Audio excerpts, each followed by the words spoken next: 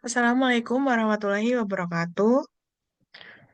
Selamat sore, Bapak Januar dan teman-teman sekalian. Di sini kami dari kelompok 2 akan membahas mengenai analisis arus kas. Sebelumnya, perkenalkan nama saya Febiana Juninasari dengan NIM 049.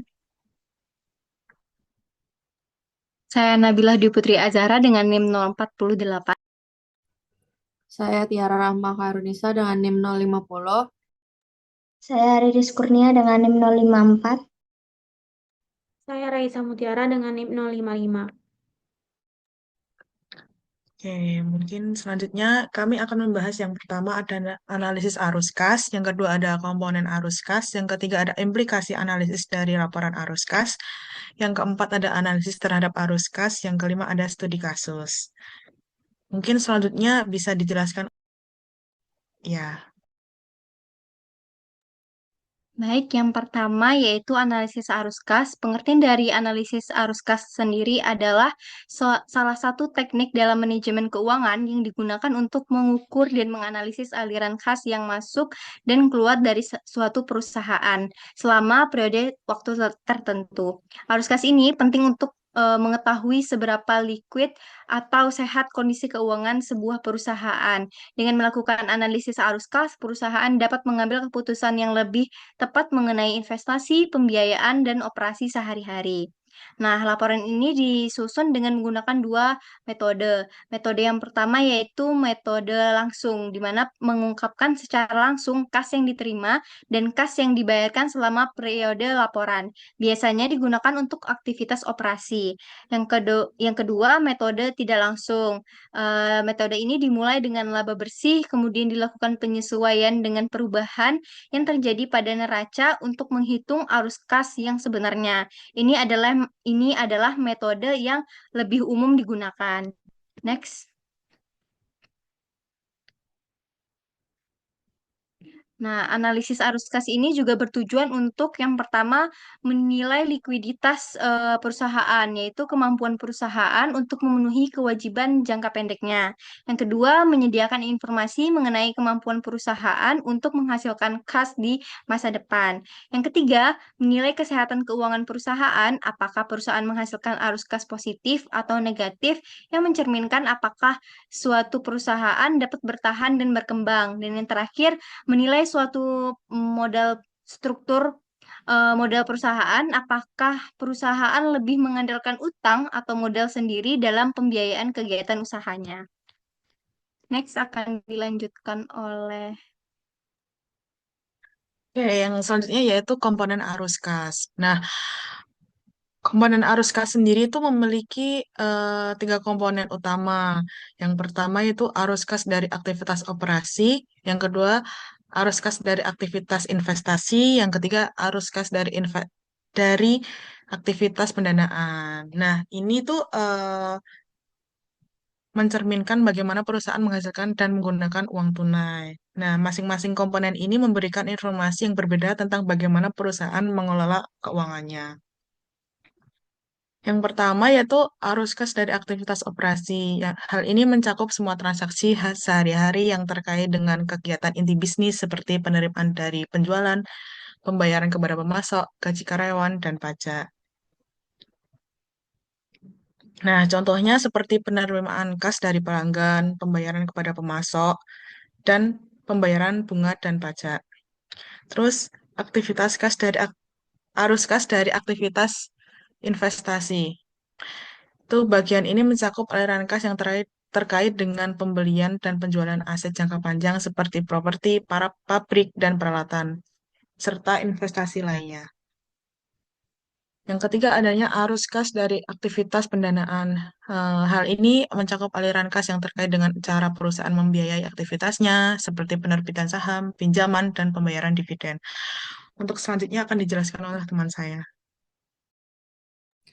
Selanjutnya ada implikasi analisis dari laporan arus kas.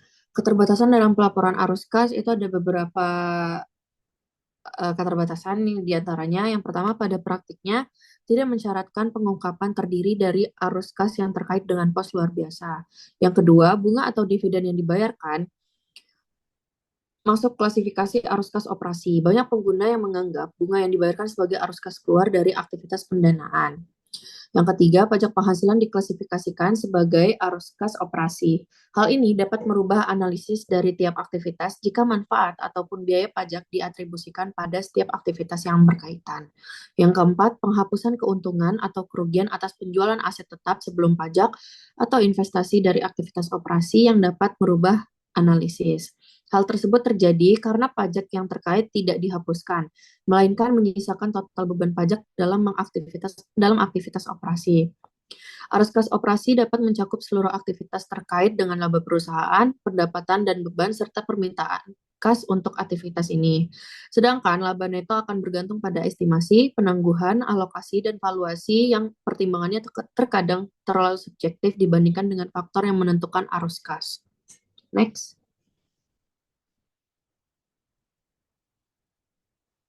Selanjutnya ada interpretasi arus kas dan laba neto. Laporan laba rugi mencatat pendapatan saat dihasilkan dan beban saat terjadi. Arus kas dari operasi merupakan pandangan yang lebih luas atas aktivitas operasi dibandingkan dengan laba bersih. Namun, laporan laba rugi tersebut tidak menunjukkan waktu arus kas masuk dan keluar maupun dampak operasi terhadap likuiditas dan solvabilitas. Informasi ini tersedia dalam laporan arus kas yang menyajikan aktivitas operasi, investasi, dan pendanaan secara terpisah. Arus kas dari operasi berfokus pada aspek likuiditas operasi. Arus kas dari operasi tidak mengukur profitabilitas karena tidak memasukkan biaya-biaya penting seperti penggunaan aset jangka panjang dalam operasi maupun pendapatan seperti ekuitas non-kas pada laba entitas anak atau entitas asosiasi non-konsolidasian. Arus kas dari operasi dapat menjadi penguji yang efektif terhadap laba neto, tetapi tidak sebagai pengganti untuk laba neto. Arus kas dari operasi meliputi elemen keuangan dan berguna untuk mengevaluasi dan memproyeksikan likuiditas jangka pendek dan solvabilitas jangka panjang. Laporan laba rugi menggunakan akuntansi akrual untuk mengakui pendapatan yang diperoleh dan beban yang dikeluarkan. Arus kas dari operasi melaporkan pendapatan diterima dalam bentuk beban yang dibayarkan. Hal tersebut bukan merupakan permasalahan mengenai laporan mana yang lebih baik dibandingkan laporan lainnya, tetapi hanyalah masalah mengenai laporan mana yang sesuai dengan analisisnya. Next. Selanjutnya akan dibahas. Nah, baik, materi selanjutnya adalah analisis terhadap arus kas. Yang pertama itu terdapat kesimpulan analisis arus kas, di mana analisis laporan arus kas memungkinkan untuk menilai kualitas keputusan manajemen dari waktu ke waktu dan dampaknya terhadap hasil-hasil operasi dan posisi keuangan perusahaan. Jika analisis mencakup jangka waktu yang lebih panjang, maka analisis tersebut dapat menghasilkan berbagai masukan yang menjadi kesuksesan manajemen dalam merespon terhadap perubahan kondisi bisnis dan kemampuan manajemen untuk meraih kesempatan dan menghadapi kesulitan. Kesimpulan analisis arus kas meliputi manajemen menggunakan sumber dayanya di mana manajemen mengurangi investasi, dari mana kas tambahan diperoleh dan di mana klaim terhadap perusahaan berkurang. Kesimpulan juga berkaitan dengan penggunaan laba dan pilihan investasi arus kas. Analisis memungkinkan untuk menyimpulkan ukuran komposisi, pola, dan stabilitas arus kas operasi. Next. Selanjutnya yang kedua yaitu pengukuran arus kas alternatif. Pengguna laporan keuangan seringkali menghitung laba neto ditambah penyusutan dan amortisasi sebagai ukuran kasar atas arus kas operasi. Salah satu varian dari pengukuran tersebut adalah EBITDA, yaitu Earning Before Interest, Tax, Depreciation, dan Amortization. Pengukuran tersebut memiliki beberapa permasalahan, antara lain yang pertama, penambahan kembali penyusutan terkadang diartikan bahwa beban tersebut tidak sah. Yang kedua, penambahan kembali penyusutan untuk mengindikasi bahwa kas telah disediakan untuk pergantian aset jangka panjang. Dan yang ketiga, laba neto ditambah penyusutan mengabaikan perubahan pada akun-akun modal kerja yang terdiri dari sisa arus kas neto dari aktivitas operasi. Next. Dan yang terakhir yaitu kesimpulan analisis arus kas. Perusahaan yang menguntungkan dapat mengalami kesulitan untuk memenuhi kewajiban masa kini dan membutuhkan kas untuk ekspansi, disebabkan oleh kemungkinan terdapat kas yang tidak mencukupi untuk menutupi kewajiban yang jatuh tempo. Perusahaan yang sukses maupun yang gagal dapat mengalami permasalahan dengan arus kas dari operasi. Perusahaan sukses yang menghadapi kenaikan investasi dalam piutang dan persediaan untuk memenuhi permintaan pelanggan yang terus meningkat seringkali menemukan profitabilitasnya yang meningkat guna memperoleh pendanaan tambahan dari utang dan ekuitas pemasok. Profitabilitas ini akhirnya menghasilkan arus kas positif. Perusahaan yang gagal mengalami kekurangan kas karena melambatnya piutang dan perputaran persediaan, kerugian operasi, dan kombinasi dari faktor tersebut dan faktor lain. Perusahaan yang gagal dan meningkatkan arus kas dengan mengurangi piutang dan persediaan. Perusahaan tanpa profitabilitas maka akan mengalami kegagalan. Perlu menginterpretasikan perubahan modal kerja operasi berdasarkan kondisi ekonomi. Kenaikan piutang dapat mengindikasi meningkatnya permintaan pelanggan atas produk atau juga menandakan ketidakmampuan untuk menagih sejumlah utang yang telah jatuh tempo dengan tepat waktu.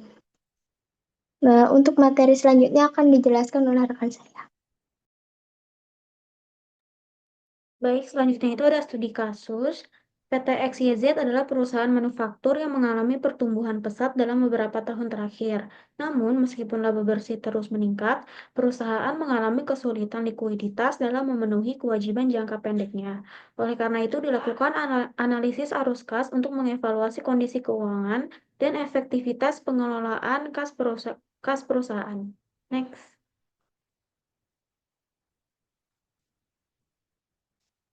Baik, di sini ada tabel data keuangan PT XYZ tahun 2023 sampai 2024. Untuk arus kas dari aktivitas operasinya turun dari 50.000 juta ke 40.000 juta, menunjukkan penurunan kas dari kegiatan utama perusahaan. Hal ini bisa disebabkan oleh peningkatan piutang usaha atau kenaikan biaya operasional, sehingga perusahaan sulit mengubah laba bersih menjadi kas yang tersedia. Selanjutnya ada arus kas dari aktivitas investasi.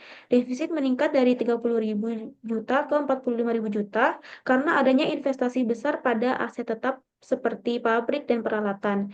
Ini bisa menjadi sinyal positif jika investasi ini akan meningkatkan pendapatan di masa depan, tetapi juga bisa menjadi risiko jika pembiayaan tidak dikelola dengan baik.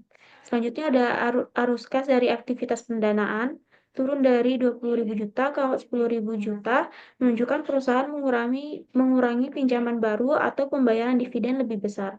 Jika perusahaan tidak memiliki sumber kas yang cukup dari operasi atau investasi kas yang menguntungkan, pengurangan pendanaan ini bisa mempengaruhi stabilitas keuangan. Next. Baik, jadi untuk kesimpulan studi kasusnya, likuiditas perusahaan masih cukup baik terlihat dari saldo kas akhir yang meningkat. Penurunan arus kas operasi bisa menjadi sinyal risiko jika tidak diatasi dengan meningkatkan efisiensi penagihan piutang atau pengontrol biaya operasional. Investasi besar harus dievaluasi kembali untuk memastikan memberikan keuntungan di masa depan dan tidak hanya membebani arus kas. Manajemen perlu menjaga keseimbangan antara investasi, operasional, dan sumber pendanaan agar tidak mengalami defisit kas dalam jangka panjang. Next.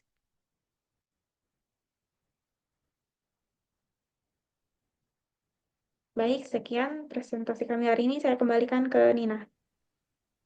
Oke, mungkin itu saja yang dapat kelompok kami sampaikan. Banyak salahnya, mohon maaf. Terima kasih.